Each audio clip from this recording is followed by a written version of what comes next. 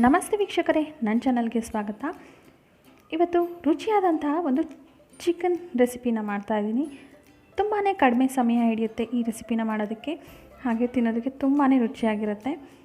ಅಕ್ಕಿ ರೊಟ್ಟಿ ಅಥವಾ ಚಪಾತಿಗೆ ತುಂಬಾ ಚೆನ್ನಾಗಿರುತ್ತೆ, ಹಾಗೆ ರಸಮ್ ರೈಸ್ ಜೊತೆಗೂ ಇದನ್ನು ತಿನ್ನೋದಕ್ಕೆ ಸೂಪರಾಗಿರುತ್ತೆ. ಬನ್ನಿ ಹಾಗಿದ್ದರೆ ತಡ ಮಾಡದೆ ಇವತ್ತಿನ recipe chicken pepper drain start ಮಾಡೋಣ.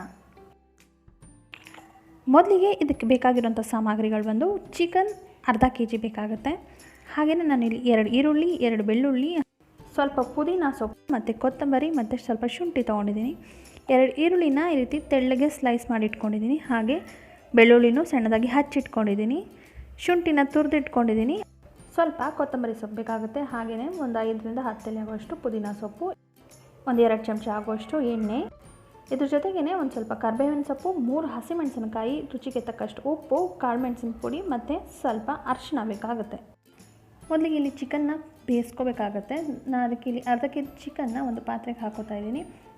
ಅದ್ರ ಜೊತೆಗೇ ಒಂದು ಅರ್ಧ ಚಮಚ ಆಗುವಷ್ಟು ಅರಿಶಿನ ಪುಡಿನೂ ಹಾಕೋತಾ ಇದ್ದೀನಿ. ಅದ್ರ ಜೊತೆಗೇ ಉಪ್ಪು ಹಾಕೋತಾ ಇದ್ದೀನಿ, ಒಂದು ಅರ್ಧ ಚಮಚ ಆಗುವಷ್ಟು. ಚೆನ್ನಾಗೆ ಒಂದು ಮಿಕ್ಸ್ ಮಾಡ್ಕೊಳ್ಳೋಣ. ಉಪ್ಪು ಅರಿಶಿನ ಎಲ್ಲ ಚಿಕನ್ಗೆಲ್ಲ ಚೆನ್ನಾಗಿ ಕೋಟಾಗೋ ರೀತಿ ನೀಟಾಗಿ ಒಂದು ಮಿಕ್ಸ್ ಮಾಡ್ಕೋಬೇಕು. ಹಾಗೆ ಇದು ಮಿಕ್ಸ್ ಮಾಡ್ಕೊತ 1 ನಿಮಿಷ ಇದನ್ನು ಹೀಗೆ ನೀಟಾಗಿ ಫ್ರೈ ಮಾಡ್ಕೋಬೇಕಾಗುತ್ತೆ. 1 ನಿಮಿಷ ಇದನ್ನು ನೀಟಾಗಿ ಫ್ರೈ ಮಾಡಿದ್ದಾಗಿದೆ. ಇವಾಗ ಒಂದು 1/4 ಕಪ್ ಆಗುವಷ್ಟು ನೀರನ್ನು ಹಾಕೋತಾ ಇದ್ದೀನಿ. ಚಿಕನ್ನು ನೀಟಾಗಿ ಬೇಯಲಿ ಅನ್ನೋದಕ್ಕೋಸ್ಕರ ಒಂದು 1/4 ಕಪ್ ನೀರು ಹಾಕೋತಾ ಇದ್ದೀನಿ. ಹಾಕ್ಕೊಂಡು ಒಂದು ತಟ್ಟೆ ಮುಚ್ಚಿಟ್ಟು ನೀಟಾಗಿ ಇದನ್ನು ಬೇಯೋಕ್ಕೆ ಬಿಟ್ಬಿಡೋಣ. ಕರೆಕ್ಟಾಗಿ ಒಂದು 5 ನಿಮಿಷ ಇದು ಬೆಂದರೆ ಸಾಕಾಗುತ್ತೆ.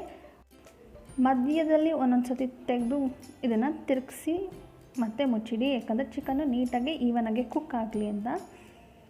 ಚಿಕನ್ನ ಈ ರೀತಿ ಫಸ್ಟೇ ಬೇಯಿಸಿ ಇಟ್ಕೊಂಡು ಮಾಡೋದ್ರಿಂದ ನಮ್ಮ ರೆಸಿಪಿ ಈಸಿಯಾಗಿ ಆಗುತ್ತೆ.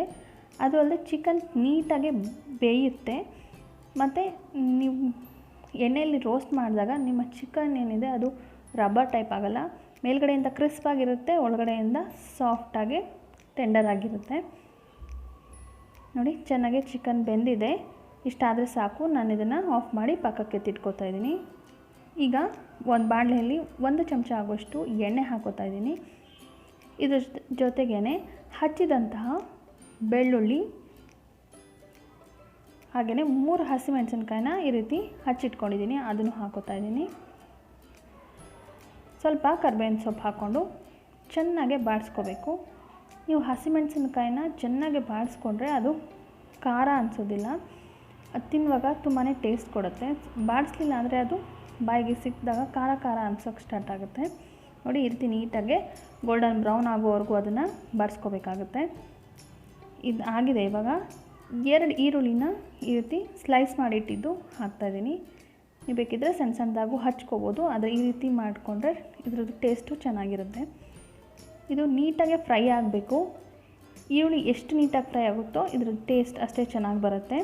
ಫುಲ್ ಇದು ಗೋಲ್ಡನ್ ಬ್ರೌನ್ ಆಗೋವರೆಗೂ ನೀಟಾಗಿ ಇದನ್ನು ಹುರ್ಕೋಬೇಕಾಗುತ್ತೆ. ಚೆನ್ನಾಗಿ ಹುರಿದಾಗಿದೆ. ನಾನು ಇದಕ್ಕೆ ಸ್ವಲ್ಪ ಪುದೀನ ಸೊಪ್ಪನ್ನು ಹಾಕೋತಾ ಇದ್ದೀನಿ. ಹಾಕ್ಕೊಂಡು ಚೆನ್ನಾಗಿ ಅದನ್ನು ಬಾಡಿಸ್ಕೊಳ್ಳೋಣ.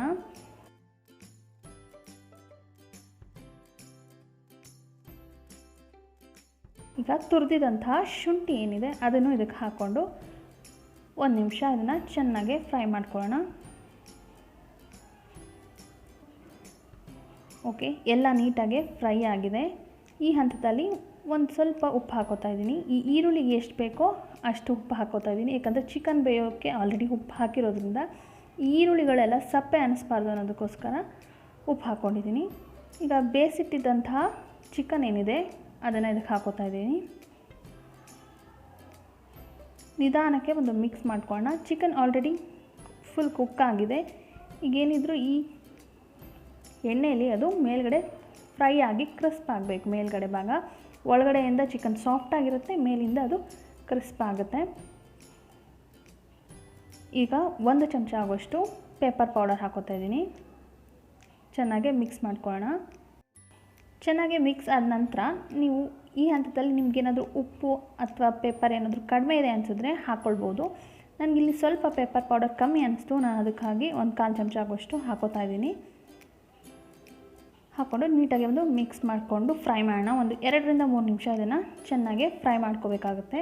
ಆವಾಗಲೇ ಅದು ಚಿಕನ್ ತುಂಬಾ ಚೆನ್ನಾಗಿ ರೋಸ್ಟಾಗಿ ತುಂಬ ಚೆನ್ನಾಗಿ ಟೇಸ್ಟ್ ಸಿಗೋದು.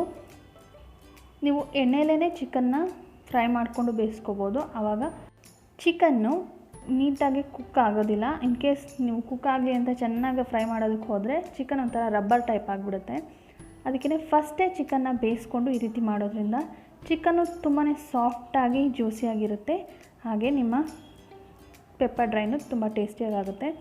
ಈಗ ಸ್ವಲ್ಪ ಮೇಲ್ಗಡೆ ಕೊತ್ತಂಬರಿ ಸೊಪ್ಪು ಹಾಕ್ಕೊಂಡು ಮಿಕ್ಸ್ ಮಾಡ್ಕೊಂಡಿದ್ದೀನಿ. ನೋಡಿ, ರುಚಿಯಾದಂಥ ಪೆಪ್ಪರ್ ಚಿಕನ್ ರೆಡಿಯಾಗಿದೆ. ತುಂಬಾ ಸುಲಭದಲ್ಲಿ ಮಾಡ್ಬೋದಾದಂಥ ಒಂದು ರೆಸಿಪಿ. ಮನೆಗೆ ಯಾರಾದರೂ ಸಡನ್ನಾಗಿ ನೆಂಟರು ಬಂದರೆ ದಿಢೀರಾಗಿ ಮಾಡ್ಬೋದಾದಂಥ ಒಂದು ರೆಸಿಪಿ. ಹಾಗೆ ಬ್ಯಾಚುಲರ್ಸ್ಗಳಿಗೆ ಅಡುಗೆ ಗೊತ್ತಿಲ್ಲ ಅಂದ್ರೂ ಈ ರೀತಿಯಾದಂಥ ಒಂದು ಸಿಂಪಲ್ ರೆಸಿಪಿನ ಮಾಡ್ಕೋಬೋದು. ಅಕ್ಕಿ ರೊಟ್ಟಿ, ಚಪಾತಿ ಅಥವಾ ಅನ್ನ ರಸಮ್ ಅಥವಾ ಅನ್ನ ಬೇಳೆ ಸಾರು ಮಾಡ್ಕೊಂಡಾಗ ಈ ರೀತಿಯಾದಂಥ ಒಂದು ಸೈಡ್ ಡಿಶ್ ಇದ್ದರೆ ತುಂಬಾ ಚೆನ್ನಾಗಿರುತ್ತೆ. ನಿಮಗೆ ಈ ಚಿಕನ್ ರೆಸಿಪಿ ಇಷ್ಟ ಆದಲ್ಲಿ ಲೈಕ್ ಮಾಡೋದನ್ನ ಮರಿಬೇಡಿ. ಹಾಗೆ ನಿಮ್ಮ ಫ್ರೆಂಡ್ಸ್ ಮತ್ತು ಫ್ಯಾಮಿಲಿಗೆ ಈ ರೆಸಿಪಿನ ಶೇರ್ ಮಾಡಿ. ನನ್ನ ಚಾನಲ್ನ ಸಬ್ಸ್ಕ್ರೈಬ್ ಮಾಡ್ಕೊಂಡಿಲ್ಲ ಅಂದರೆ ಸಬ್ಸ್ಕ್ರೈಬ್ ಮಾಡ್ಕೊಳ್ಳಿ. ಮತ್ತಷ್ಟು ಈಸಿ ಮತ್ತು ಇಂಟ್ರೆಸ್ಟಿಂಗ್ ರೆಸಿಪೀಸ್ ಜೊತೆಗೆ ಮತ್ತೆ ಸಿಗ್ತೀನಿ. Thanks for watching. ಧನ್ಯವಾದಗಳು.